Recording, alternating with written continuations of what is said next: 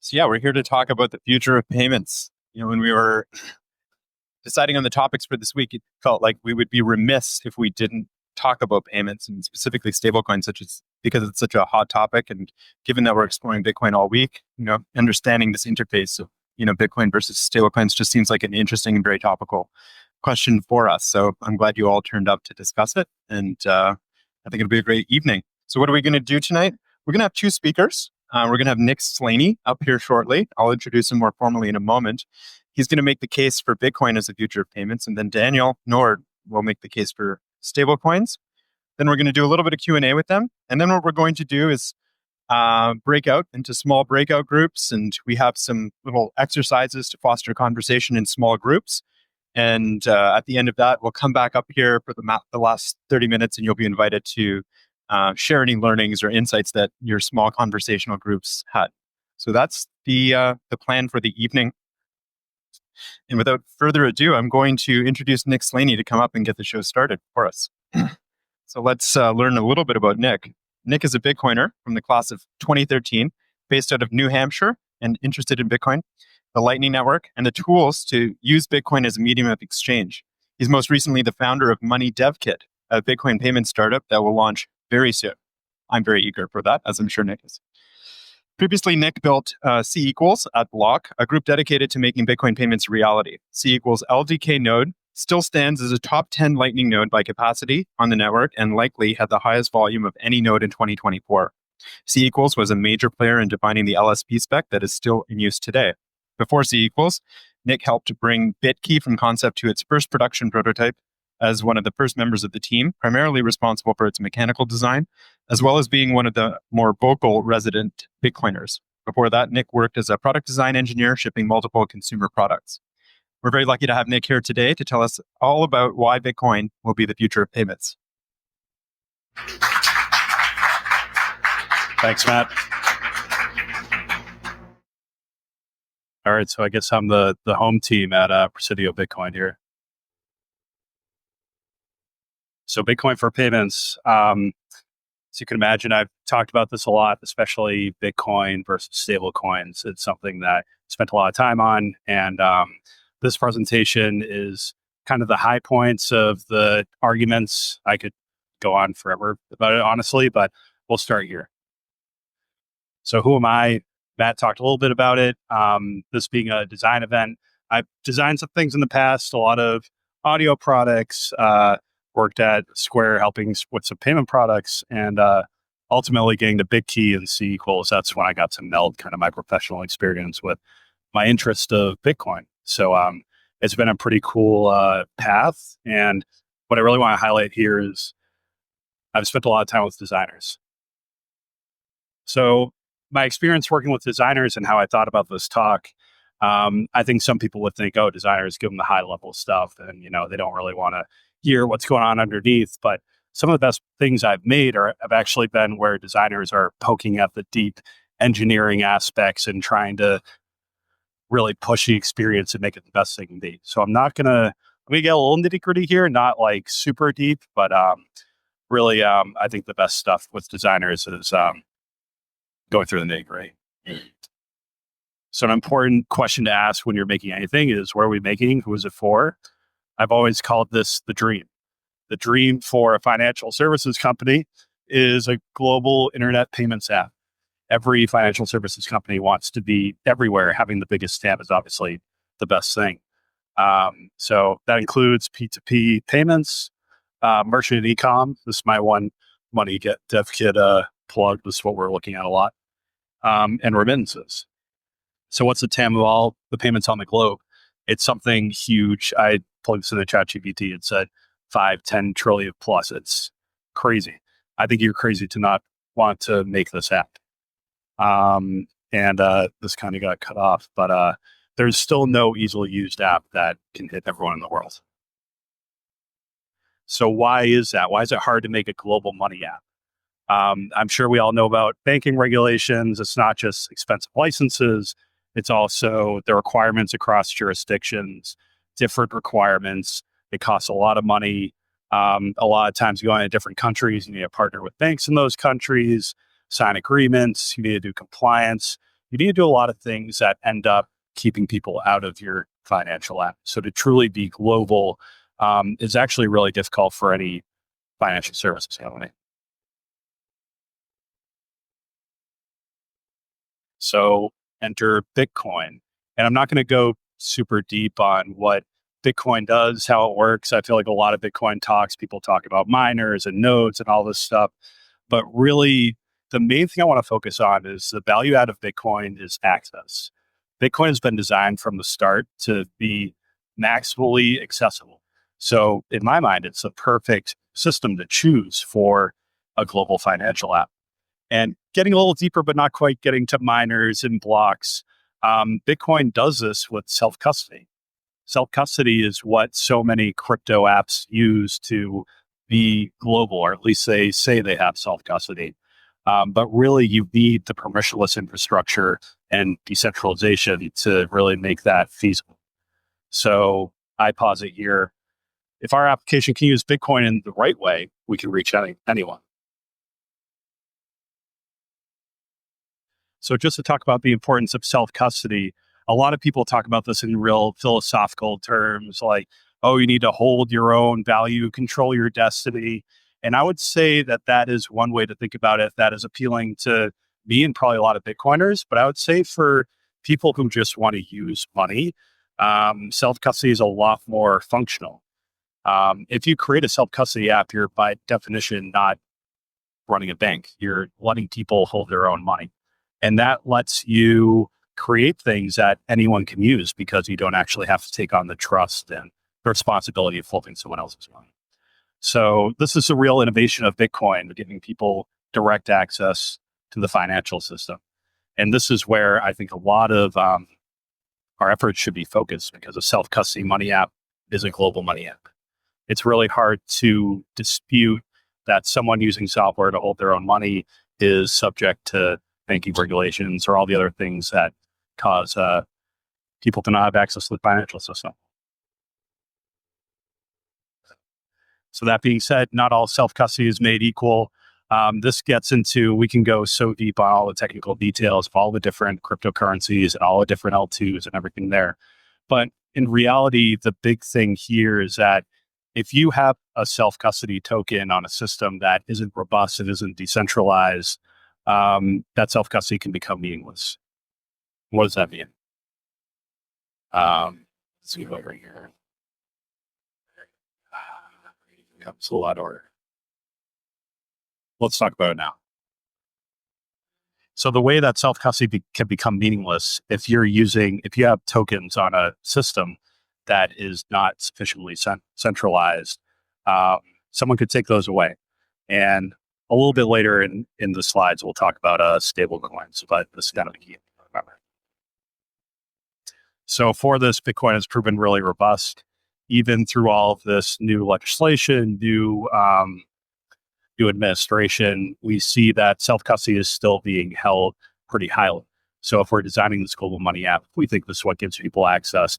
This is a pretty solid base to rest it on. And as far as legislation goes, Blockchain Regulatory Certainty Act gives us a lot of confidence that people in the US at least are supportive of this. So I'd say it's the most reliable choice.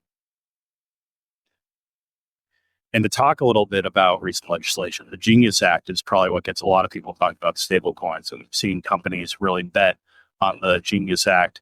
But what's really interesting to me about the Genius Act is it's requiring Bank Secrecy Act compliance for issuance.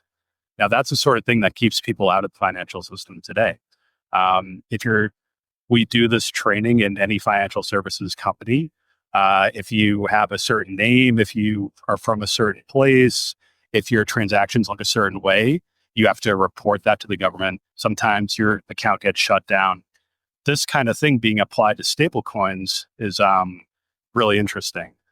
Tether is probably the leading stablecoin right now, and they've gone really far out of their way to not touch any U.S. regulations, to not touch the Bank Secrecy Act. Even still, they've frozen $3.2 billion in Tether. So these are people who, they're probably bad people, let's be honest, but they're people who had what they thought was a really solid token, and they lost all their money. So you can imagine how that can go crazy. The interesting thing about the Genius Act is requiring this compliance means that the people who have picked up Tether the most, who are actually people outside the US and people who can't comply with the BSA, probably can't use these Genius stables. But hang on, Nick, stablecoins are stable. I mean, Bitcoin moves up and down. No one wants to hold Bitcoin. And I would agree with that to an extent. I think something you see recently is that Bitcoin has been going up a lot. If you hold Bitcoin, you have more value. And I would posit that Bitcoin does not need to be a unit of account to be successful as a medium of exchange for payments. This is something that people really get caught up on when they're talking about Bitcoin payments. I don't think of food in Bitcoin. I don't think of a car and how much Bitcoin it is, because that's actually really hard to think about. But you can use Bitcoin to pay for things that are priced in dollars. Every major market has a liquid Bitcoin exchange. And for people who are still buying things locally in this maybe transition phase, if you think we're going to Bitcoin payments, they need to think and use their local currency. So I would say, even though Bitcoin moves up and down relative to the dollar, you can use Bitcoin as a medium of exchange and have a successful money out of it.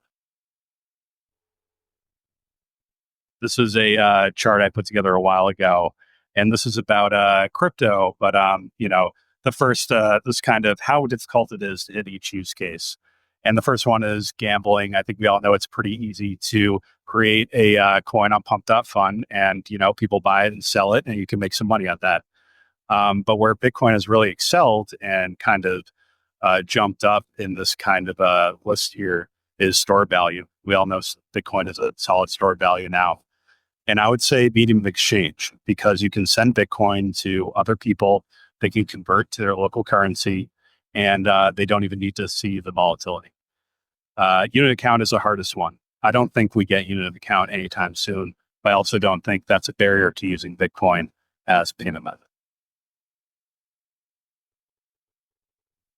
And just to kind of demonstrate the point, there's ways to look at how the actual UX of an app that leverages self-custody for this global acceptance could work. And this is something I've always tried to point out, and it's hard to get this point across, but I'll try here. If you really want to use stablecoins in a self-custodial way, you have to do on-ramping and off-ramping. There are not a lot of people who actually accept stablecoins directly for payment right now. Same with Bitcoin. I'll definitely admit that. But the UX is pretty similar. You have to on-ramp or off-ramp onto Bitcoin, onto the coin itself. You have to interact with an exchange. And if you're receiving value with stablecoins or Bitcoin, and you want to use that to buy groceries, usually you have to get back to your local currency in your country too. So I would say it's pretty similar. Kind of last thoughts here. I think stablecoins get a lot of press because of the Genius Act and also because of the volumes, but it's important to look at the data and also take into context what stablecoins have been used for. Tether is the biggest stablecoin because way back when Tether was created, if you're an exchange and you weren't based in the US and you didn't want to pay all the money to do the compliance to deal with dollars, you would use something like Tether. So that's a lot of Tether volume, I think, at first. And these were exchanges that did exactly what Tether did, try to stay outside of the US as much as possible. More recently, stablecoins have caught on countries with strict capital controls, people who want to hold dollars. And we see a lot of transaction volume there. But these are people who are holding dollars where it's really hard to hold dollars. Data for actual stablecoin usage for payments is really hard to find. And I think it's because of this UX problem we talked about earlier. You need to exchange to actually use stablecoin for payments. So, I would say even maybe the UX is a little worse for stablecoins because we know Bitcoin is volatile, but at least Bitcoin is one network. And when I look at stablecoin UX as a designer, I guess, what do you think of this? Where am I sending it to? Is it going to the right place? What's one worth the other? I mean, this is why we have startups like Bridge and Stripe acquired Bridge. But just this, I guess it's hard for me to wrap my head around how anyone is using any of this, honestly. So mechanisms for itself. So my key takeaways here, Bitcoin is the most decentralized system, which I think leads to the most access. And on-ramping and off-ramping in self-custody, in a self-custody context, which is really what leads to access, has similar friction to stablecoins. And I think it's a problem we can overcome. Interestingly, US stablecoin regulation, US stablecoin plays, I don't see them increasing access. I see Stripe and other people are picking up stablecoins wanting to be the next Visa, which is a very logical next step for Stripe. You want to own the rails, cheaper fees, everyone gets faster and easier dollars. But the thing here is that it's for people who already have dollars. The best stablecoin UX is you're just sending dollars more quickly from your bank account. And that is a nice upgrade for people in the US, but I don't see that being a big global money app in the long term. And I guess the last thing I would say here, the widest access global payment app doesn't look like a bank. And reaching everyone is worth this work. So the real thing here is I think it's kind of a dead even race now.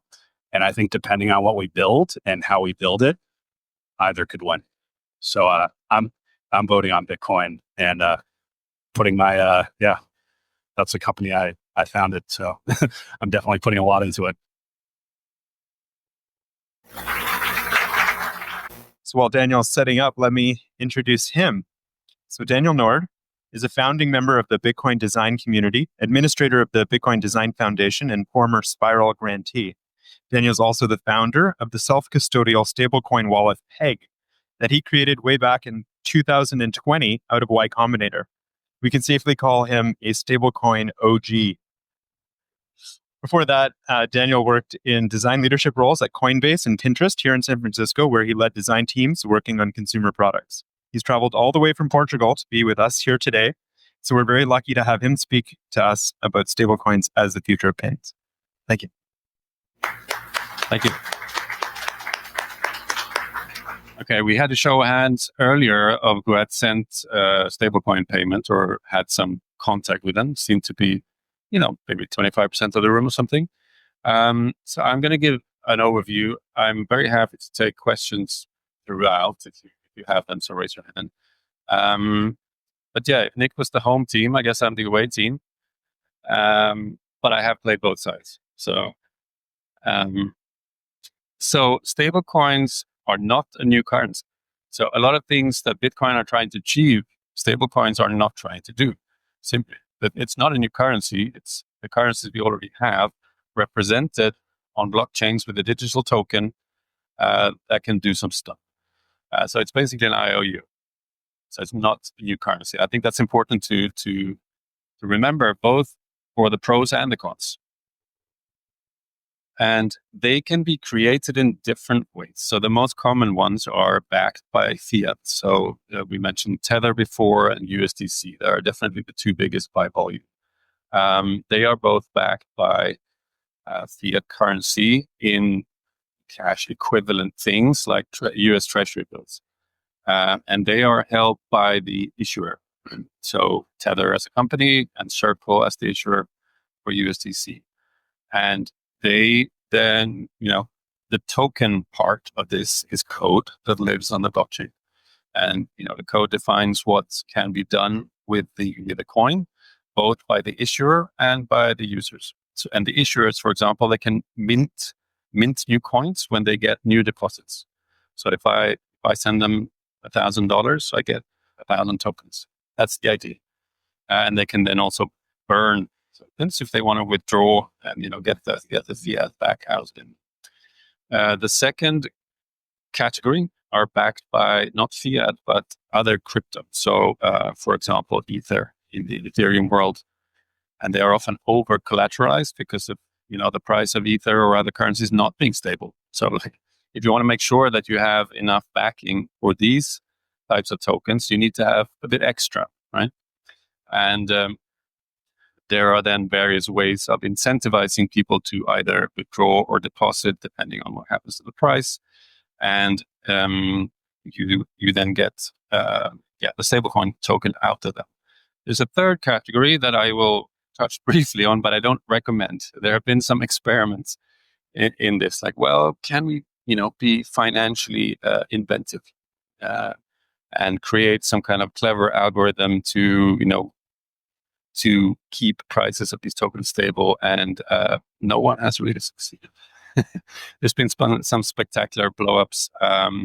So I'm just mentioning it because people have tried, people might keep trying, but it's not succeeded.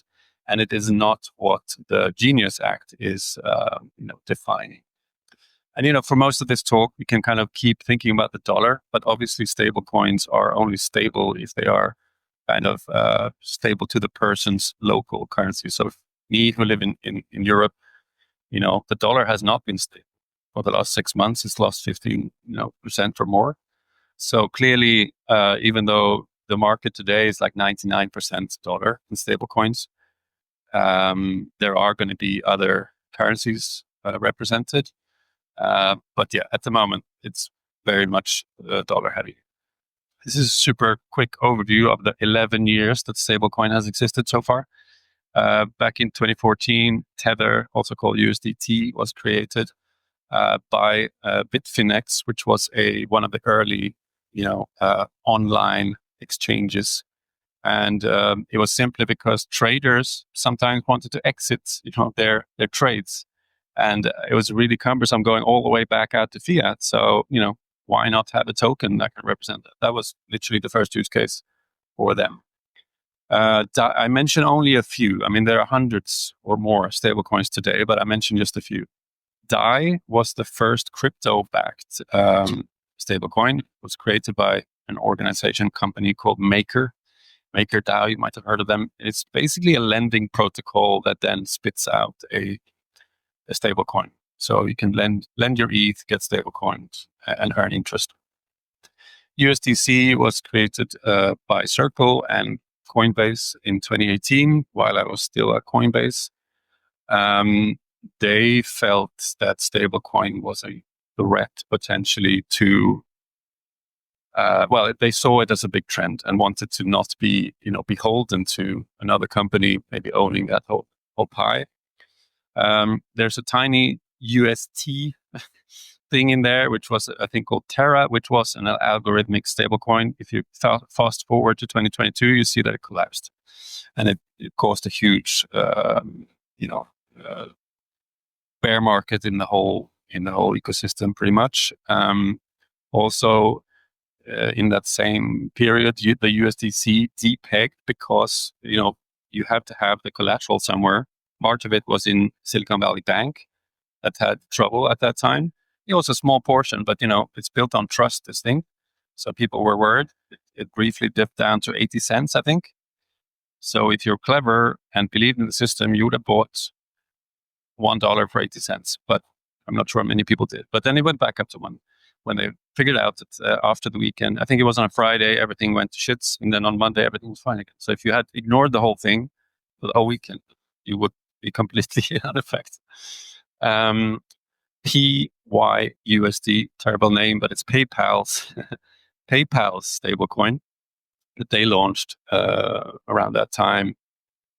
USDE is a thing called Ethena, which is worth knowing about because it's now the fourth or so largest by volume. But it's kind of a hybrid. It's crypto backed, but they also have some financial engineering in there with derivatives to try and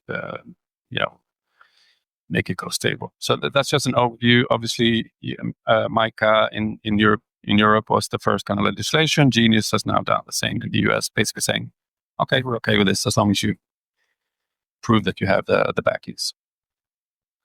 Just some numbers. I mean, on the left, you see the growth. Basically, 2014 is not even on the chart. It was a very small thing to begin with, but then it really took off, 2019, 2020. Big dip there around the Terra Luna collapse. And then, just keeps growing. So at the moment, we're at 270 billion issued stablecoin. And that's mostly in Tether and USDC. On the right, it's just a comparison. On the very far right, you have tiny bar that is representing the currently issued stable coins. And then the next one on the left is the cash in circulation, so USD in circulation. So stablecoins issued are about 10% of that. Then you have US Treasury. It's about 5% of that, just to give you a bit of scale of where are we today. This is a pie chart of where the stablecoins are today, because as Nick mentioned, they are on many different chains, right? But you don't see Bitcoin here. None of the stablecoins are on Bitcoin today. As you see, Ethereum is the main place. It was kind of where the issuers that got big put most of the money. Although interestingly, when Tether was created in 2014, Ethereum didn't exist. So it started on another thing called Omni. It was actually kind of a Bitcoin layer 2-ish thing. I don't know the details of that, but it came from there. Tron is the second biggest. I'm mentioning here because maybe people have heard the Tether on Tron meme. It's one stablecoins. But interesting here is that it's very geographically different. I mean, like in the US, you'd be hard pressed to find someone who's using Tether on Tron. But if you go to places in South America or elsewhere in the world, it's very, very big. They kind of were the first to market, so they got a big network effect there. But it's interesting to note that, there are very big differences in geographies. Then you have, a whole host of other chains. Many of these are layer 2s on Ethereum or adjacent things. And there's a massive mess of loads of chains that basically do the same thing. And the what you can do with your stablecoin, how much it costs, how fast they go, depends a lot on the chain. We can come back to that in questions later, but now you have an overview. So what are people doing? Like I mentioned, trading pairs for the first use case, that's still a huge thing, right? That you want to exit or enter different, the people who trade, the people who speculate, invest. That was useful. Obviously, cross-border payments are happening. A lot of people are maybe working for US companies these days, can get paid in stablecoins, just easier, faster. But then, as Nick mentioned as well, people like the dollar, right? It's a good thing, mostly, if you are in certain places where your own currency is going the other way. So just holding it, it's not, well, for them, it's kind of an investment just to hold it. So you don't really care about adding extra interest on top or whatever. But since if you have the stablecoin, it's actually very easy to get to that point, right? There are lots of lending protocols and DeFi things on offer. And I put payments last because, as Nick said, it's probably the least used thing at the moment. Well, because it's still hard, right? Who accepts, stablecoin as payment? Not that many, although it's growing.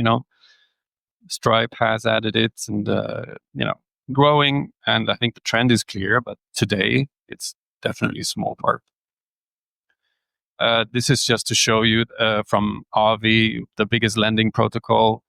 So if you have Tether and want to lend it, you can earn 10.8%. This was this morning. It changes every block, so it goes up and down. But just to give you an idea, and that's something you earn with every block. You don't have to wait to the end of the month to get it, and you can pull out whenever you want to.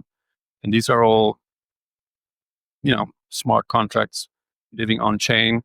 Even though, the token itself is not decentralized. You have to trust them, but then you're in the system and you can kind of benefit from whatever else is built there. And then you have different interest rates on other stuff. Okay, what are some of the pros I think? Well, it is a stable value, although depending on where you live. But it's a dollar. If you like the dollar, you get a dollar. And most people don't have to think, right? Am I thinking that this is going to go up or down? It's not why I buy it, right? It's and I think that's a big difference with Bitcoin, right? I think it's a huge learning curve to trust it as well, it's going to go up and down, but I believe in it. Here it's well, I know the dollar. Okay, let's move on. Obviously, it's fast, but it depends on the chain. But I'm saying fast is in comparing to if I want to do a cross-border payment from the US to someone that works for me in South America, this is faster. Right? Interoperable, I think, is a huge thing. if you think about Venmo and Cash App and other things like that in use today, it's like, well, it's dollar, right? But you can't send between one and the other. So that's definitely a step forward in this case. If you get different providers in the future. And, compared to Bitcoin, this is not a taxable event. So again, I don't need to kind of worry about that. I don't need to talk to my accountant. I don't need to kind of remember this thing. Oh, I bought a computer for Bitcoin. Now I need to kind of make a note of that. None of that.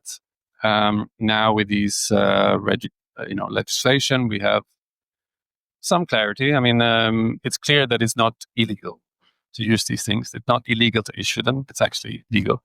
So that's obviously going to create a big boom in big financial companies being able to use this, and it's only starting now, right? And yeah, the last point I basically said before, that people get the dollar. You don't have to do the whole education spiel that you have done many times with Bitcoin. It's like, don't know, is it a scam? Is it worth something? Why is it worth something? That whole thing is not needed here. But obviously, there's some massive cons, right? Like I said earlier, it's not trying to be a new money. It's not trying to be decentralized, government-resistant thing. Like, you have to trust the issuer, at least with the fiat-backed ones, right? The big ones. Tether could go bust. For a long time they were seen as shady. It seems like it's gone so long now without falling over that people said, like, maybe won't. But you still have to trust them. Same with Circle, right? You have to basically trust the US banking system to not fall over as well. But, that this is where I said, like, well, it's kind of like cash. It's kind of like your other dollars, right? You still have to trust that to not fall over. It's an IOU. Privacy, since most of these are on chains that don't really have built-in privacy, if someone knows your address, they can look up all your transactions. It's a massive thing, right? Like, it's just not okay. But somehow all the builders in that sphere is like, well, yeah, okay, we'll deal with it later, right? It's fine. So for me personally, that's a huge thing, that if you had designed this from scratch, right, this would never have flown. Right? So you should have disqualified the whole thing. But I think it's on roadmaps. It's obviously understood, and Stripe launching their own layer one recently. I think that's built into that one, that is supposed to be private, right? If you're trying to do payments specifically, it needs to be private. And then fragmentation, like Nick mentioned before. I mean, there are hundreds of stable coins already. There are tens, if not hundreds of chains. I think it's going to get worse. I think each big financial institution or company with a big deposit, whether it's users' money, like say Amazon or eBay or whoever deals with money, they're going to want their own, because otherwise someone else is earning interest on that deposit. So I think it's only going to get worse before it gets better. And eventually we'll probably have a consolidation, but it's not now. And my point is that I don't think it's actually Bitcoin versus stablecoin. I think they're trying to do mostly different things, even though many of us want Bitcoin to also do payments, but that's not really how I see it. I see it doing different things. It's more, to me, stablecoin versus database money, like all this stuff that it's in Venmo or Cash App or basically any fintech company today. There's also IOUs, right? And they're not interoperable. They're not very flexible. They're stuck there, right? So I think it's an upgrade on that kind of money. It's just a new rail. It's a new way of using your dollars if you're in the US. So I see this is more the battle right now.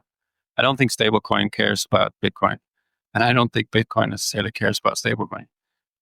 So yeah, in my mind, this is more of that. Yeah, that's what I had for now. Should we do a joint Q&A? Or?